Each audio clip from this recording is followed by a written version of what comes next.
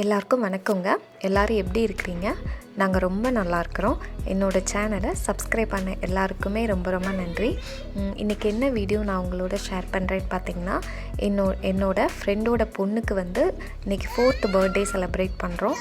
So அவளுக்கு நான் எந்த மாதிரியான கேக் பண்ணுறேன் அப்படிங்கிறத இன்றைக்கி நான் உங்களோட ஷேர் பண்ணுறேன். கூடவே அன்றைக்கி ஃபுல்லாக என்னோடய டே ரொட்டீனு நான் உங்களோட ஷேர் பண்ணுறேன். இந்த வீடியோ பார்த்திங்கன்னா சாட்டர்டே அன்னைக்கு நான் எடுத்தேன். So Saturday evening birthday party.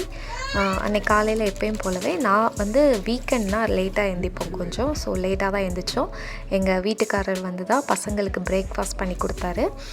என்ன பிரேக்ஃபாஸ்ட் அப்படின்னா பேன் கேக்கும் scrambled egg, typical American breakfast தான் பண்ணி கொடுத்தாரு. So pancake mix already வீட்டில் இருக்குது.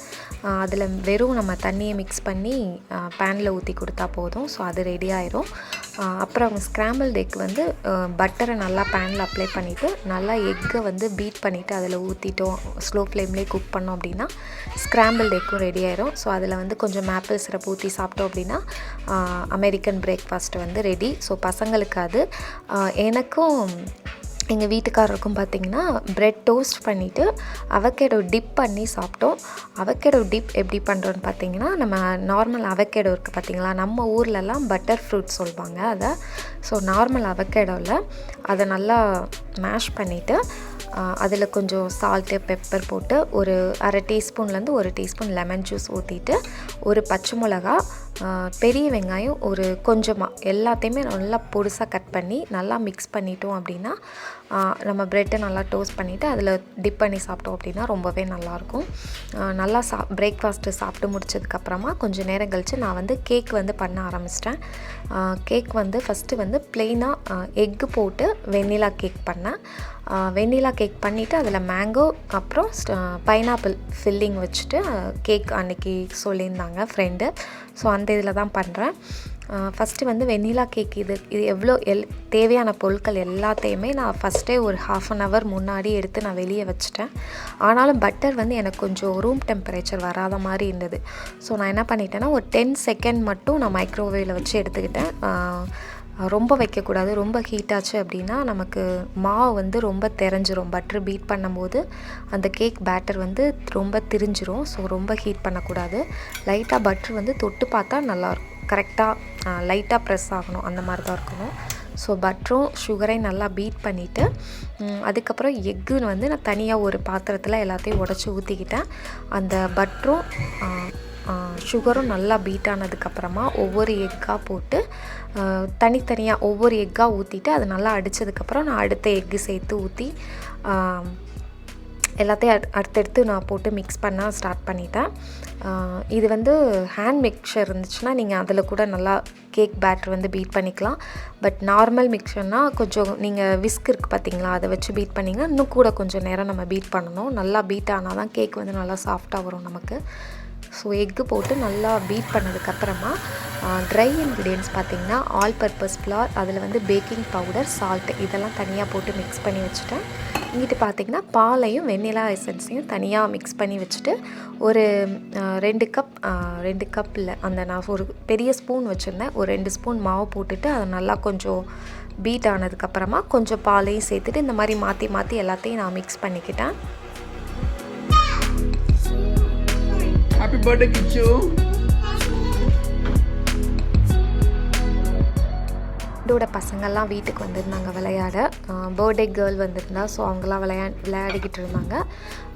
மாவு நல்லா கேக்கு மிக்ஸ் ரெடி பண்ணதுக்கப்புறமா அந்த ஸ்பேச்சுலா வச்சுட்டு சும்மா எல்லாத்தையும் கீழேருந்து நல்லா லாஸ்ட்டாக நான் என் கையாலேயே நல்லா மிக்ஸ் பண்ணி விட்டுக்கிட்டேன். அப்படின்னா கீழே ஏதாவது தங்கியிருந்தா கூட லாஸ்ட் டைமில் நம்ம மிக்ஸ் பண்ணி விட்டோம்னா நல்லா மிக்ஸ் பண்ணிக்கலாம். அப்புறம் ஓவன் 340 ஃபாரன்ஹீட் டிகிரியில் ப்ரீ ஹீட் பண்ணிக்கிட்டேன். அதாவது 170 டிகிரி செல்சியஸ் இதில் ப்ரீ ஹீட் பண்ணிக்கிட்டேன். அப்புறம் நான் 9x13 இன்ச்சஸ் ரெக்டாங்கிள் பேன் 2 பேனில் அதுக்கேற்ற மாதிரி கேக் பேட்டர் ரெடி பண்ணியிருக்கிறேன். இந்த கேக் நான் எவ்வளோ அளவு போட்டேன் அப்படிங்கிறத நான் டிஸ்கிரிப்ஷனில் கொடுக்குறேன், செக் பண்ணி பாருங்கள். ஸோ அந்த கேக் பேனில் எல்லாத்துலேயுமே நல்லா பட்டர்லாம் அப்ளை பண்ணிவிட்டு மேலே பார்ச்மெண்ட் பேப்பர் போட்டு அந்த பார்ச்மெண்ட் பேப்பர்லேயே நல்லா பட்டர்லாம் அப்ளை பண்ணிக்கிட்டேன். அதுக்கப்புறம் அந்த நான் மிக்ஸ் பண்ணி வச்சுருக்கோம் இல்லையா அந்த கேக், அதை 2 பேன்லேயும் சமமான அளவு நான் ஊற்றிட்டு நல்லா அதெல்லாம் ஒன்று போல் சமமாக இருக்கிற மாதிரி அந்த ஸ்பேச்சுலா வச்சே நல்லா ஸ்ப்ரெட் பண்ணி விட்டுக்கிட்டேன். அன்றைக்கி பர்த்டே பார்ட்டிக்கு பார்த்திங்கன்னா ஒரு 8லேருந்து 9 ஃபேமிலி வந்திருந்தாங்க. ஸோ அவங்களுக்கு இந்த கேக்கு வந்து நான் பண்ணுற அளவுகள் கேக்கு வந்து தாராளமாகவே பத்துச்சு. லாஸ்ட்டாக இது கேக் பேனை வந்து லைட்டாக 2 தடவை இந்த மாதிரி தட்டி விட்டு அது ப்ரீ ஹீட் ஆனதும் ஓவனில் நான் வந்து எடுத்து வச்சுக்கிட்டேன். ஃபஸ்ட்டு வந்து நான் டைமர் வந்து 30 மினிட்ஸ் வச்சுக்கிட்டேன். ஸோ 30 மினிட்ஸ் கழித்து நான் செக் பண்ணி பார்த்தேன். அப்போயும் வந்து கேக் வந்து கொஞ்சம் பேக் ஆகாமல் இருந்தது. ஸோ எக்ஸ்ட்ரா ஒரு 10 to 15 மினிட்ஸ் வச்சேன். ஆக மொத்தம் எனக்கு வந்து 45 மினிட்ஸ் ஆச்சு டோட்டலாக கேக் வந்து பேக் ஆகிறதுக்கு. அந்த பேக்காக வச்சுட்டு இங்கிட்டு வந்து என்னோடய பசங்க அப்புறம் எங்கள் வீட்டுக்காரர் வந்துட்டு ஃபுல்லாக வேக்யூம்லாம் போட்டு அந்த சோஃபாவில் கவர் துவைக்க போட்டிருந்தேன். ஸோ சோஃபா கவர்லாம் போட்டுக்கிட்டு இருந்தாங்க திரும்ப சோஃபாவுக்கு. அவங்க கொஞ்சம் அன்றைக்கி வீடு க்ளீன் பண்ணுற வேலை எல்லாத்தையுமே என் பசங்க எங்கள் வீட்டுக்காரர் தான் பார்த்துட்டு இருந்தாங்க.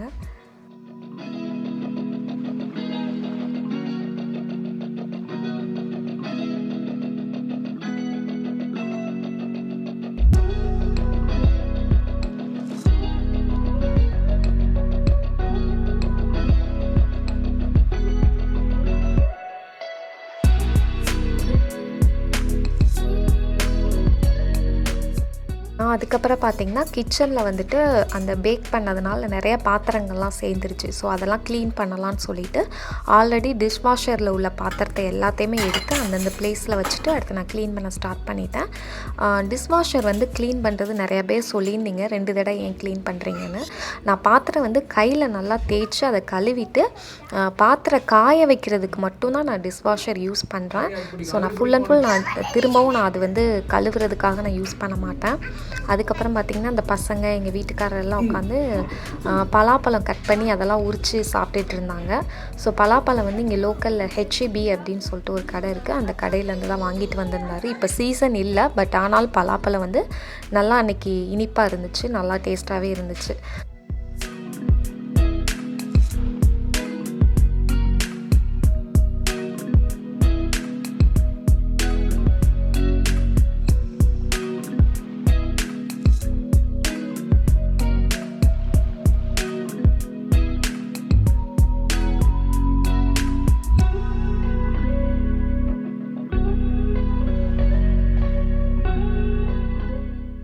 அதுக்கப்புறம் பார்த்திங்கன்னா ஒரு 45 மினிட்ஸில் வந்து கேக் வந்து நல்லா பேக் ஆகிடுச்சு 2 பேனுமே. ஸோ அதை எடுத்து நான் வெளியே ரூம் டெம்பரேச்சர் நல்லா சூடெல்லாம் ஆறுறதுக்கு நான் வச்சுட்டேன். அப்புறம் வச்சுட்டு அந்த சூடு ஆடுற கேப்பில் வந்து லன்ச் பண்ணிடலாம் அப்படின்னு சொல்லிட்டு லன்ச் பார்த்திங்கன்னா குக்கரில் வந்து ரைஸ் வச்சுட்டு அப்புறம் வந்து ரசம் நல்லா பெப்பர்லாம் போட்டு நல்லா ரசம் வச்சுட்டு மிக்சர் இருந்தது, மிக்சர் வச்சு தான் சாப்பிட்டோம். ஏன் அப்படின்னா நைட்டு வந்து birthday party, so heavy dinner ஆக போகுது அப்படின்னு சொல்லிட்டு நம்ம சும்மா லைட்டாக சாப்பிட்லாம் அப்படின்ட்டு தான் அன்றைக்கி நாங்கள் லைட்டாகவே நாங்கள் லன்ச் முடிச்சிட்டோம். கேக் நல்லா ஆறுனதும் அதை வந்து வெளியே எடுத்து இந்த மாதிரி மாற்றி வச்சுக்கிட்டேன். அதுக்கப்புறம் இந்த ஃபில்லிங் ரெடி பண்ணுறதுக்கு பார்த்திங்கன்னா நான் வந்து மேங்கோ சீசன் அப்படி இல்லை அப்படிங்கிறதுனால நான் மேங்கோ பல்ப்பை வந்து கேனாகவே நான் வாங்கிக்கிட்டேன். அதே மாதிரி தான் பைனாப்பிள் இருக்குது பார்த்திங்களா, பைனாப்பிள் கேனும் வாங்கிட்டு ஸோ 2க்கு வந்து டேஸ்ட் பார்த்துட்டு சுகர் பத்தலை அப்படின்னா சுகர் மட்டும் போட்டு நல்லா மிக்சியில் அடித்து தனியாக ஒரு பவுலில் நான் எடுத்து வச்சுக்கிட்டேன். Mango bulb and pineapple filling இருக்குது பார்த்திங்களா, தனியாக நான் வந்து பவுலில் எடுத்து வச்சுக்கிட்டேன். அதுக்கப்புறம் விப்பிங் க்ரீமில் தான் ஃப்ராஸ்டிங் பண்ணேன். ஸோ ஃப்ராஸ்டிங் பண்ணுறதுக்கு பார்த்திங்கன்னா 4 cup whipping cream, 3 teaspoon vanilla essence, அப்புறம் 4 கப் விப்பிங் க்ரீமுக்கு 1 கப் பவுடர் சுகர் சேர்த்துட்டு அதை நல்லா அந்த மாதிரி நான் ஸ்டாண்ட் மிக்சரில் வச்சுட்டு நல்லா பீட் பண்ணிக்கிட்டேன். ஃபஸ்ட்டு பார்த்திங்கன்னா மீடியம் ஸ்பீட்லேயே வந்துட்டு பீட் பண்ண நான் வச்சுக்கிட்டேன். ஸோ இந்த மாதிரி லைட்டாக கட்டியாக ஆரம்பித்ததும் டக்குன்னு லோ ஸ்பீடில் மாற்றிட்டு அதுக்கப்புறம் பீட் பண்ண வச்சுக்கிட்டேன்.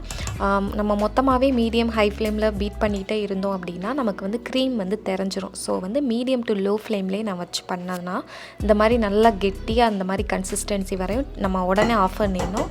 அதுக்கு மேலே நம்ம பீட் பண்ணோம் அப்படின்னா இந்த மாதிரி திரிஞ்சிரும், ஒரு மாதிரி இந்த திரண்டு போய் வரும் பார்த்திங்களா, அந்த மாதிரி வந்துடும். ஸோ அந்த மாதிரி நான் நல்லா பீட் பண்ணதுக்கப்புறமா எடுத்து நான் நல்லா ஒரு ஏர்டைட் மூடியாக போட்டு நான் ஃப்ரீசரில் கொஞ்சம் நேரம் வச்சுக்கிட்டேன். இந்த மாதிரி கேக் ஸ்லைஸ் பண்ணுற அந்த டைம் வந்து கொஞ்சம் நேரம் ஃப்ரீசரில் வச்சுக்கிட்டேன். அதுக்கப்புறம் ஒரு பைப்பிங் பேக்கில் கொஞ்சம் விப்பிங் க்ரீம் எடுத்துகிட்டு கீழே ஒரு கேக் லேயர் வச்சுட்டு அந்த கேக் லேயர் சுற்றி நல்லா சுகர் சிரப் விட்டுட்டு, சுகர் சிரப் வந்து கண்டிப்பாக சேர்க்கணும். சேர்த்தோம் அப்படின்னா கேக் வந்து ரொம்ப ட்ரை ஆகாமல் அந்த ஈரப்பதமாகவே இருக்கும். ஸோ அந்த சாப்பிட்றதுக்கும் நமக்கு நல்லாயிருக்கும். சுகர் சிரப் சேர்த்து சுற்றி க்ரீம் வச்சுட்டு நடுவில் வந்து ஃபஸ்ட்டு வந்து மேங்கோ ஃபில்லிங் நான் வச்சுட்டு அடுத்து ஒரு லேயர் வந்து நான் கேக் வச்சுக்கிட்டேன். திரும்ப அதுக்கு மேலே கொஞ்சம் சுகர் சிரப் சேர்த்துட்டு சுற்றி அதே மாதிரி நான் வந்து இந்த விப்பிங் க்ரீம் ஃப்ராஸ்டிங் இருக்குது பார்த்தீங்களா, அது அந்த பைப்பிங் பேக்கில் வச்சுட்டு சுற்றி நான் ஒரு லேயர் மாதிரி வச்சுட்டு நடுவில் அதுக்கப்புறம் வந்து பைனாப்பிள் ஃபில்லிங் வச்சுட்டு மேலே அப்புறம் வந்து அடுத்த லேயர் கேக் வச்சு நான் மூடிட்டு லாஸ்ட்டாக வந்து எல்லா சைடும் க்ரீம் அப்ளை பண்ணிவிட்டு க்ரம் கோட்டுன்னு சொல்லுவாங்க. ஸோ க்ரம் கோட்டு நான் பண்ணிக்கிட்டேன். எல்லா சைடும் அந்த மாதிரி க்ரீம் அப்ளை பண்ணி விட்டுட்டு அதுக்கப்புறம் நான் டிசைன்ஸ் போட வந்து ஸ்டார்ட் பண்ணேன். ஸோ எவ்வளோ க்ரீம் தேவைப்படுமோ அவ்வளோ க்ரீம் மட்டும் நான் வெளியே எடுத்து வச்சுட்டு மற்ற க்ரீம் எல்லாம் நான் அதை ஏன்னா நம்ம உடனே தான் பண்ண போகிறோம். ஸோ ரொம்ப நேரம் நான் ஃப்ரீசரில் வைக்கவும் மாட்டேன். சப்போஸ் உங்களுக்கு ரொம்ப நேரம் ஃப்ரீசரில் இருக்கிற மாதிரி அப்படின்னு தோணுச்சுன்னா க்ரீம் வந்து நீங்கள் நார்மலாக ஃப்ரிட்ஜிலே வச்சு அப்பப்போ எடுத்து யூஸ் பண்ணுங்கள். அப்போ வந்து உங்களுக்கு ஃப்ராஸ்டிங் வந்து ரொம்ப உருகாமல் நல்லா ஃப்ராஸ்டிங் பண்ணுறதுக்கு நல்லாயிருக்கும் அந்த க்ரீம் உங்களுக்கு. அதுக்கப்புறம் வந்து ஃபஸ்ட்டு ஃப்ராஸ்டிங் பண்ண க்ரீம் வந்து காலி ஆயிடுச்சு. ஸோ நான் செகண்ட் டைம் ஒருக்கா வந்து அந்த க்ரீம் பண்ணிவிட்டு ஆரஞ்ச் அண்டு ப்ளூ ரோசஸ் வந்து சுற்றி வச்சிடலாம் அப்படின்னு சொல்லிட்டு சுற்றி வந்து கீழே வந்து ஃபஸ்ட்டு நான் ஆரஞ்சு அந்த ரோஸ் மாதிரி அந்த ரோஸ் பைப்பிங் டிப் இருக்கும் பார்த்திங்களா, அது வச்சுட்டு இந்த மாதிரி நான் சுற்றி நான் வச்சுக்கிட்டேன் ஃபஸ்ட்டு ஆரஞ்சு கலரில். அதுக்கப்புறம் பார்த்திங்கன்னா அதுக்கு மேலே ப்ளூ கலரில் வச்சு லைட் ப்ளூ இருக்குது பார்த்திங்களா, அந்த லைட் ப்ளூவில் வச்சு ரோசஸ் எல்லாம் சுற்றி அதுக்கு மேலே நான் வச்சுக்கிட்டேன்.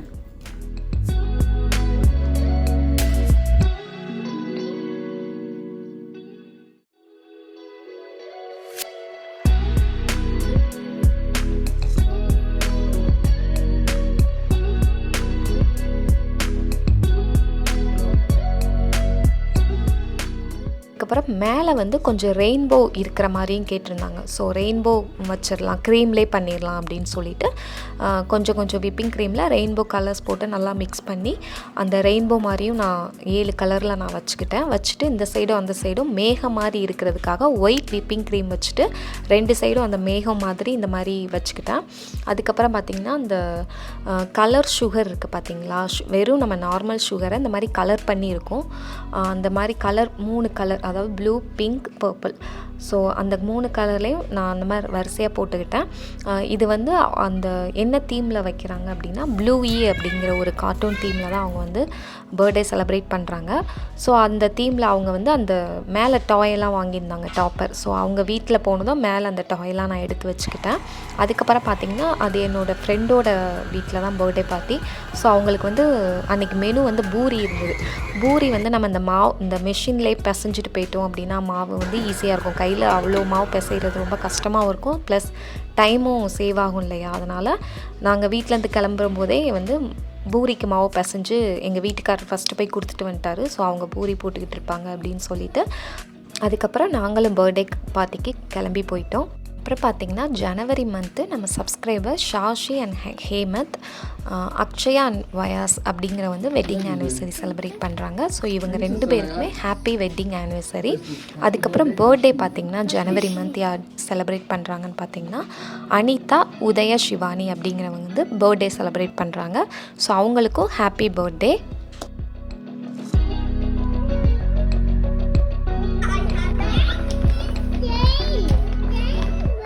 நிறைய பேர் கேட்டிருந்தீங்க என்னோடய பர்த்டே சொல்ல மாட்டேங்கிறீங்க அப்படின்னு சொல்லிட்டு. நான் ரெஸ்பான்ஸ் பண்ண கமெண்ட் எல்லாமே நான் நோட் பண்ணி வச்சு ஒவ்வொரு வீடியோவிலும் சொல்லிக்கிட்டே இருக்கேன். ஸோ அடுத்தடுத்து நான் உங்கள் கமெண்ட்டுக்கு ரிப்ளை பண்ணும்போது நான் கண்டிப்பாக நோட் பண்ணி வச்சுக்குவேன். கண்டிப்பாக எல்லோரோட பர்த்டேக்கு நான் விஷ் பண்ணுவேன்.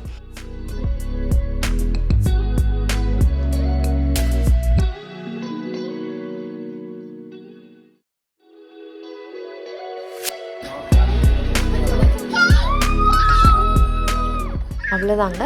அந்த நாள் வீக்கெண்ட் சாட்டர்டே வந்து எங்களுக்கு வந்து இப்படி தான் போச்சு. இந்த வீடியோ எப்படி இருந்தது, நான் பண்ண கேக் பார்க்குறதுக்கு எப்படி இருந்தது அப்படின்னு சொல்லிட்டு எனக்கு கீழே கமெண்ட் பண்ணுங்கள். தேங்க்யூ.